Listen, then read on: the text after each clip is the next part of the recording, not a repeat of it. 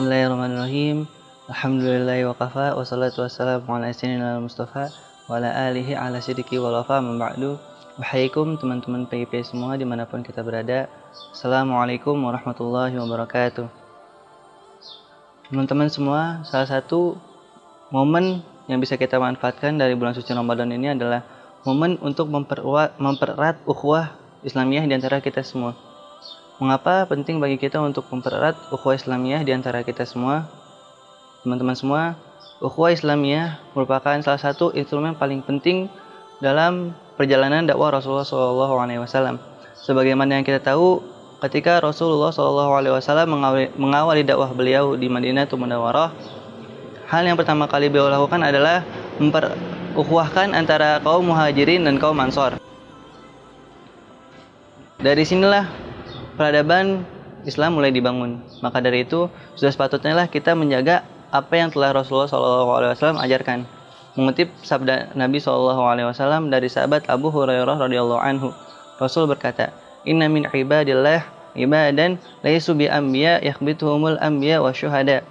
Sungguhnya di antara hamba-hamba Allah ada seorang atau sekelompok hamba yang mereka bukanlah seorang nabi, akan tetapi nabi dan para syuhada tertarik kepadanya. Qila, maka sahabat bertanya, "Manuhum la'allana nuhibbuhum?" Ya Rasulullah, siapakah mereka? Barangkali kita bisa ikut mencintainya. Qala, Rasul menjawab, "Hum qaumun tahabbu fillah min ghairi arhamin wala ansabin." Mereka adalah kaum yang mencintai di jalan Allah bukan karena terkaitan antara keturunan ataupun harta. Wujuhum nurun ala manabirin nur. Wajah-wajah mereka bercahaya di atas mimbar yang bercahaya. La yakhafuna idza akhafan nas. Mereka tidak merasa takut ketika manusia yang lain takut. Wala yahzanuna idza hazinan nas. Dan mereka tidak pula merasa sedih ketika manusia yang lain merasa sedih. Lalu Rasul meneruskan dengan membaca ayat, "Ala inna awliya Allahi la khaufun alaihim wa lahum yahzanun."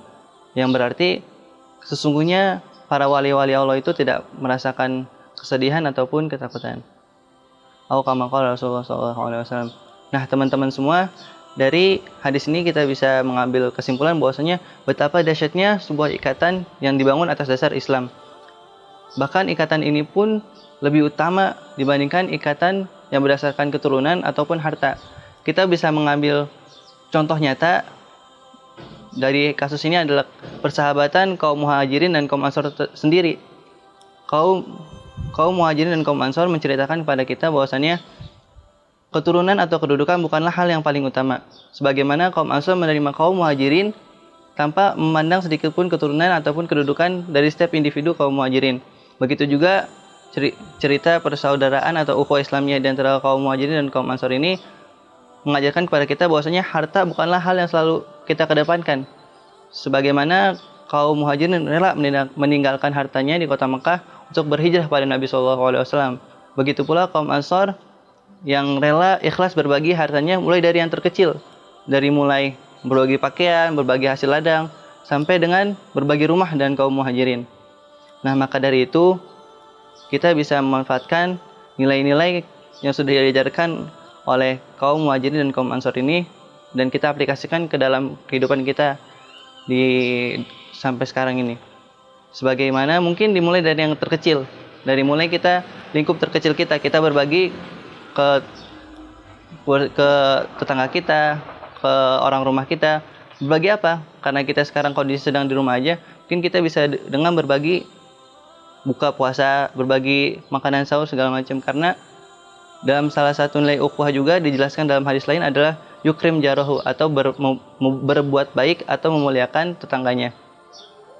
Dan juga bisa juga kita untuk membantu teman-teman kita yang terkena dampak dari COVID-19 ini.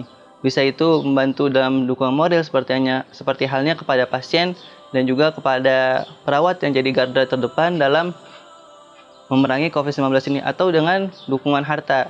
Dan kita menyisihkan sebagian harta kita untuk membantu mereka-mereka yang membutuhkan saudara kita ini. Karena di hadis lain pun dijelaskan bahwasanya nilai ukhuwah itu terletak kepada ketika kita membantu meringankan beban saudara muslim kita yang lainnya.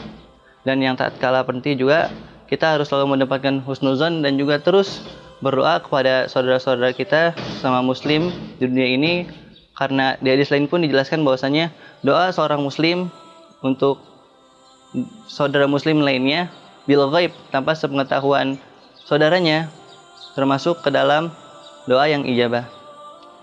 Dan masih banyak lagi nilai-nilai ukhuwah Islamiyah yang telah dijelaskan oleh para ulama, dijelaskan dari hadis, dari Al-Quran yang bisa kita petik. Mungkin dari saya cukup sekian. Terakhir, asallallahu ayyuhidna fil ukhuwatil islamiyah. Semoga Allah senantiasa mempersatukan kita dalam ukhuwah Islamiyah. Wallahu a'lam bishawab. Wassalamualaikum warahmatullahi wabarakatuh.